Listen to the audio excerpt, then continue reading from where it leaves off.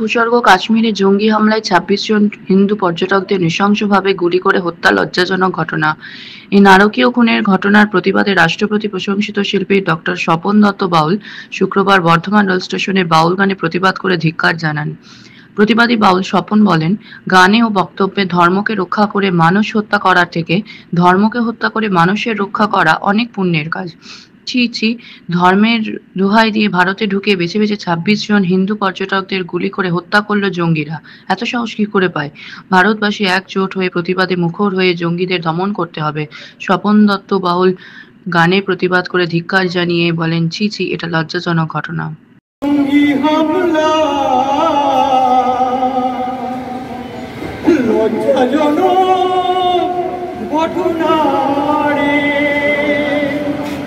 কাশ্মীরে জঙ্গি হামলা লজ্জাজনক ঘটনা রে।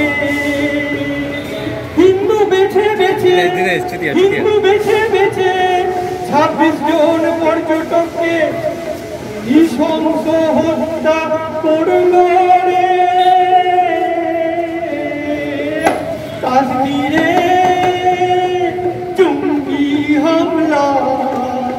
লজ্জাজনক ঘটনা রে। কাশ্মীরে জঙ্গি হামলা লজ্জাজনক ঘটনা রে। মানুষকে হত্যা করে ধর্ম রক্ষা হয় না, ধর্মকে হত্যা করে মানুষ রক্ষায় পাপ হয় না। মানুষকে হত্যা করে ধর্ম রক্ষা হয় না, ধর্মকে হত্যা করে মানুষ রক্ষায় কোনো পাপ হয় না।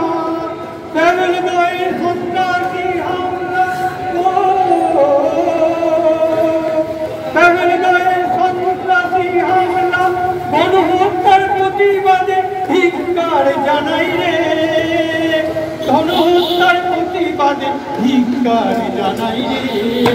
কাশ্মীরে জঙ্গি হামলা লজ্জাজনক ঘটনা রে।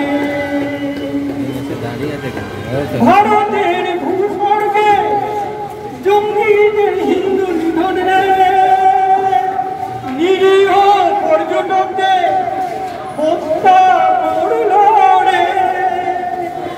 ভারতের ভূস্বর্গে জঙ্গিদের হিন্দু নিধন রে।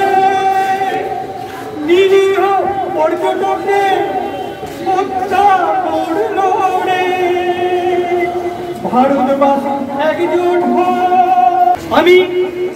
আপনারা জানেন হেমন্ত মুখার্জির না গাওয়া গান আমি পরশুদিন রেকর্ডিং করেছি কলকাতাতে, তাই সময় পাই। হেমন্ত মুখার্জি একটা বিরাট বড় সঙ্গীত শিল্পী, তার না গাওয়া গান আমি রেকর্ড করলাম। আমি আজকে সময় পেয়েছি, পূর্ব বর্ধমান জেলায় এখানে ওখানে ঘুরতে ঘুরে এসেছি।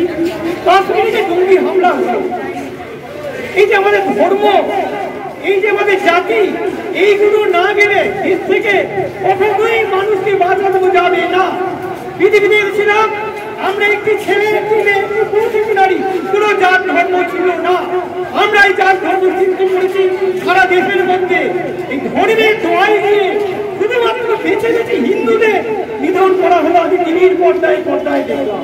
এটা কি ব্যাপার? আমি সব সময় শান্তির দূত হয়ে শান্তির বার্তা দিয়ে বেড়াই। কাশ্মীরে এটা কি হলো? তুমি হিন্দু, তুমি হিন্দু, তুমি কি মুসলিম, এই বলে বলে যে মানুষ থেকে মেরে দেওয়া হলো ২৬ জনকে। এটা বড় লজ্জাজনক ঘটনা।